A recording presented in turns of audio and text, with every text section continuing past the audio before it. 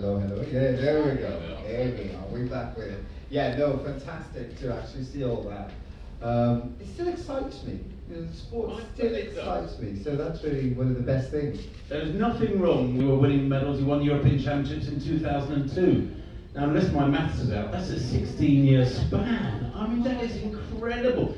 To avoid the injuries and the pitfalls of most people's careers is a massive feather in your cap. Anyway, if you've just been a journeyman international athlete, finishing third, fourth, fifth in championships, like some people not sitting too far from you, but you were a great champion for years and years and years. How do you manage that? Well, one of the things, let's be honest, you can never go through a career, as you just mentioned, without getting injuries.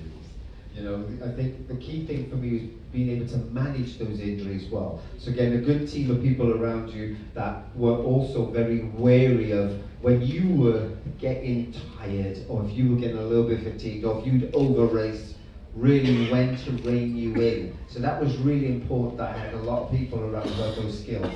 And I think they were very protective of me to make sure that I developed, and then I maintained my position of being one of the world's best high hurdlers of all time. Now, we've jumped into this rather quickly. We've only got about 20 minutes, so we're going to rattle through stuff. There's so much about you, Colin, that I want to hear, as I know everybody else does. But have you been to India before? Once before.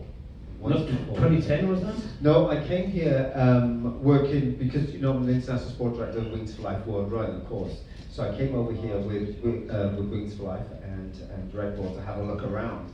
And it was just an incredible journey for me in 2018. And so I was in New Delhi then, and that was just incredible. So to come here to Kolkata, it's just like unbelievable. First impressions? I loved it. I love the busyness, I love the vibe. Each city has its own little energy, you know, and as an international athlete, you travel the world, you feel the energy from all over. And so to come here, to feel the buzz was just super cool. I love it. They say New York's the city that never sleeps. India really never sleeps. I mean, I flew yesterday morning, I was at Delhi airport at 3 a.m. to get my connecting flight from London, and there were thousands of people in the terminal. I could not believe it. So you have to adjust. Yeah, you do, you're right. And it's funny enough, because lots of things here reminded me a little bit of New York, you know, a lot of the tooting of the horns. If you go to New York, and you always hear that downtown. So that is exciting and excites me itself. But I've just come back from the Victoria Memorial now, and what an incredible building, and it was busy there as well, so it's great to see lots of activity happening. So I am really looking forward to Sunday, really, to see what that brings, the same energy, what it's going to tell me. Colin, you know, behind every athlete's career there's usually a team of people, as you alluded just now, but Malcolm Arnold was a coach for you for most of your career. Do you think that was key? Do you think you could have achieved it without Malcolm? No, he was a very special man. I mean, his coaching really started in Uganda, and he coached one of the best 400 meter hurdlers, John Akibua. And Malcolm was only 28 when he took John Aki to his Olympic gold medal in 400 meter hurdles and the world record, because John Akibua was the first person to go under 48 seconds, so he was a trailblazer. And I was lucky enough that that particular man ended up in Wales, literally 40 minutes from my home, and ended up being my coach. So you know how sometimes fortune falls into your lap. You know, it was no effort from me. All I literally had to do was just joyfully turn up for a track, and there was this experienced coach who had achieved so much. And then once that relationship you have with a coach, and they get to know you, and they get to know your family a little better, then you get much closer. I used to call Malcolm really like he's my second father, because to be honest, he spent more time with me than my father, because of course I was training all the time, so I was with my coach all the time.